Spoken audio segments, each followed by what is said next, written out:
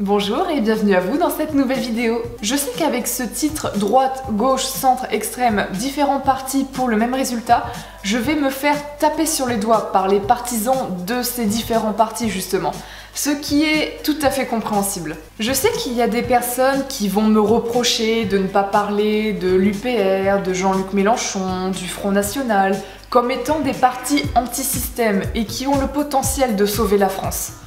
Mais bon... chacun voit midi à sa porte, comme on dit.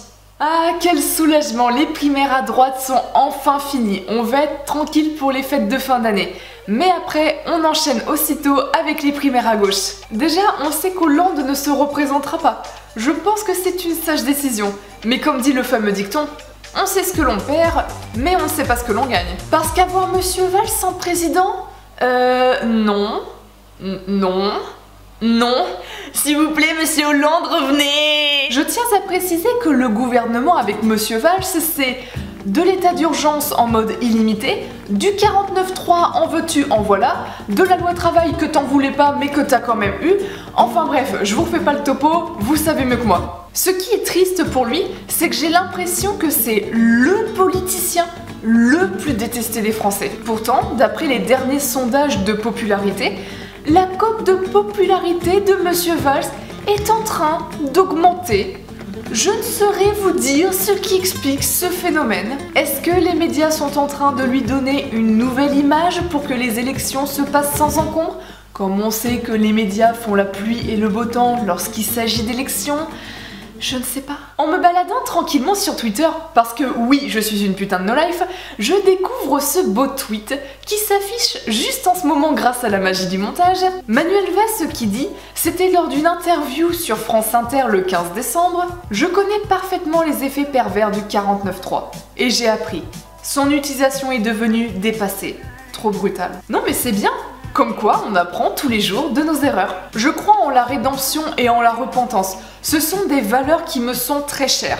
Mais malheureusement, en politique, je ne sais pas si ces valeurs s'appliquent vraiment. Maintenant que Monsieur Valls est président... Pourquoi je dis Monsieur Valls est président? C'est un lapsus, c'est un lapsus. Maintenant que Monsieur Valls est candidat à la présidentielle et qu'il y a les primaires à gauche à passer, j'ai un peu cette impression qu'il est en train de se refaire une nouvelle virginité, comme on dit. Vous savez, histoire que ça passe mieux. Enfin, bref. En parlant des primaires, j'ai un peu suivi ce qui s'est passé lors des primaires à droite. De toute façon, même si t'as pas envie de savoir ce qui s'est passé, tout te rappelle les élections, même si tu ne regardes pas la télévision. Tu vas sur les réseaux sociaux ou tu vas sur YouTube et tu sais parfaitement ce qui s'est passé. Et oui, même YouTube s'y met. Même YouTube. Je pense que maintenant, cela va se jouer entre Fillon vs Macron, Fillon vs Le Pen, Fillon vs Valls. Je ne sais pas pour vous, mais je pense qu'on va avoir des présidentielles à l'américaine. C'est-à-dire qu'on va avoir deux candidats et on va nous demander de choisir entre la peste et le choléra. Dis donc, le père Fillon, il est sympa son programme, hein. Comme vous le savez déjà, Monsieur Fillon nous propose un programme bien libéral et bien indexé sur ce que veut l'Union européenne. On aura le droit à la suppression de 500 000 postes de fonctionnaires, car les fonctionnaires coûtent trop cher, mais cette suppression ne concernera pas l'armée et les forces de l'ordre. Dans l'article de Les Échos sur Alain Juppé et François Fillon, qu'est-ce qui différencie leur programme? Je cite: ça fait tellement sérieux quand je dis ça. François Fillon souhaite prendre comme référence de base la limite européenne, soit 48 heures de travail hebdomadaire. Bah oui, vous comprenez, si les autres pays européens le font, pourquoi la France serait-elle la seule à être épargnée? Bien sûr, on n'oublie pas les fameuses 39 heures payées 37, parce que quand on aime, on ne compte pas. La retraite à 65 ans, et ce qui est génial, c'est que je vais faire partie de cette génération à travailler jusqu'à 65 ans. Déjà qu'actuellement je suis en fatigue chronique et que je vois ma santé décliner d'année en année, ça promet pour mes 65 ans. Mais ce n'est pas tout. Monsieur Fillon souhaite faciliter les licenciements pour être plus économique et relancer le système. Supprimer l'impôt sur la fortune parce que les pauvres riches quand même, faut penser à eux. Et j'en passais des meilleurs. Allez, pour terminer avec Monsieur Fillon, parce que j'ai pas envie de vous démoraliser avant Noël, tenez, c'est pour vous, c'est cadeau. C'est une petite citation de lui, justement. Pour reprendre le contexte de la citation, il comparait l'État à une entreprise en difficulté. Donc il dit « Je trouve que l'État est un peu dans une situation identique. Il est en grande difficulté et il faut que tout le monde fasse un petit effort.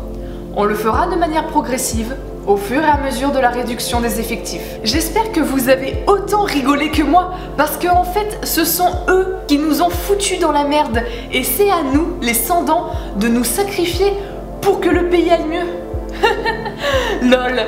Ah, je sens que Monsieur Fillon sera un bon humoriste, et je sens qu'on va bien rigoler avec lui. Maintenant, à quoi peut-on s'attendre pour ces présidentielles? J'ai revu ma position par rapport à mes vidéos précédentes, quand je vous disais que je pensais que ça serait Macron le prochain président, car maintenant il y a d'autres paramètres en jeu. Peut-être qu'on peut s'attendre à une montée de l'extrême droite, ou alors Monsieur Macron qui monte de plus en plus dans le game. Pour Monsieur Valls, je ne pense pas que ça passera pour lui, et pour Monsieur Fillon, ah, mais j'ai oublié de vous dire quelque chose sur lui. Saviez-vous que Monsieur Fillon est un membre de Bilderberg et que sa dernière participation remonte à 2013? J'ai découvert une interview de Philippe de Villiers par TV Liberté.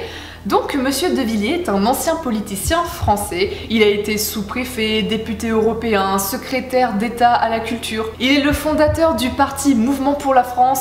Enfin bref, je vous laisserai checker sa page Wikipédia. Dans cette interview que vous trouverez soit par ici ou dans la barre d'informations, Monsieur de Villiers explique que François Fillon est un membre de Bilderberg et que s'il participe à ces réunions, eh bien c'est tout simplement parce que ce sont eux qui nous gouvernent. Et d'ailleurs, il n'y a pas de conspiration, puisque ce sont eux qui ont le pouvoir. Dixit François Fillon. Mais qu'est-ce qu'on apprend aussi également ? Il y a aussi autour de Fillon des grands patrons.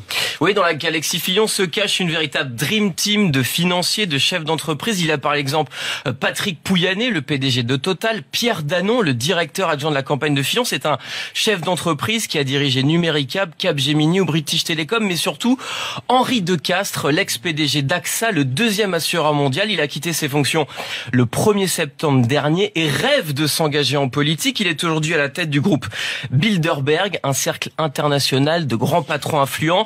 C'est lui l'inspirateur du projet libéral de Fillon, mais il a surtout aidé l'équipe Fillon à récolter des fonds grâce à ses contacts. Résultat, depuis janvier, François Fillon a levé près de 3 millions d'euros, dépassant en rapidité ses concurrents. Henri Decastre, c'est la tête de gondole des soutiens patronaux. On évoque son nom pour Bercy, voire Matignon en 2017. CQFD. Même si le mec parle très vite, on a très bien compris ce qu'il a dit. Les membres de Bilderberg, c'est-à-dire les grands PDG influents, vous savez ceux qui sont au-dessus de nous, soutiennent François Fillon pour la présidentielle. D'après un article du Figaro, Henri Decastris, actuellement le président de Bilderberg et accessoirement le PDG d'AXA, pourrait devenir ministre au sein du gouvernement Fillon s'il est élu. C'est marrant, les présidentielles n'ont même pas commencé qu'ils ont déjà tout planifié. Bien sûr, leurs plans tomberont à l'eau si Monsieur Fillon n'est pas élu. Ça va de soi. D'ailleurs, j'espère qu'ils ont prévu un plan B, parce qu'ils vont faire comment quand ça sera Marine Le Pen qui sera élue? Pourquoi je dis tout ça et pourquoi l'intérêt de cette vidéo? Depuis la 5ème République, on a connu plusieurs présidents, plusieurs gouvernements. Un coup c'est la droite, un coup c'est la gauche.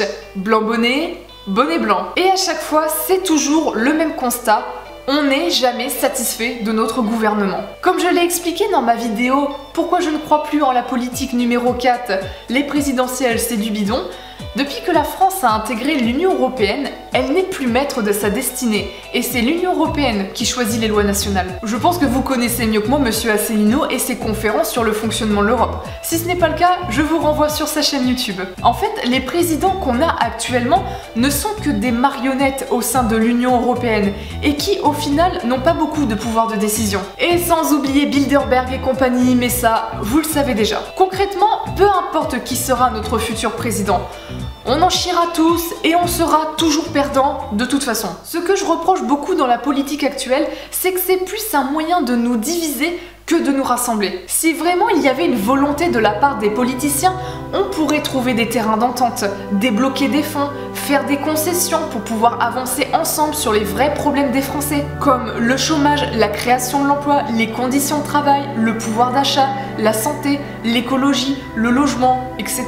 Parce qu'en fait, au final, on a tous les mêmes besoins et on a tous envie des mêmes choses. On a envie de vivre paisiblement dans un endroit tranquille, non pollué, avoir de la nourriture de qualité à prix coûtant. On veut tous être en bonne santé physique comme morale. On n'a pas envie de vivre dans l'angoisse de l'avenir, car on ne sait pas ce qui va nous arriver. On a tous envie de s'épanouir dans un cadre sain et sécure. On a envie de vivre en paix avec nos voisins, que ce soit nos voisins proches comme voisins des autres pays.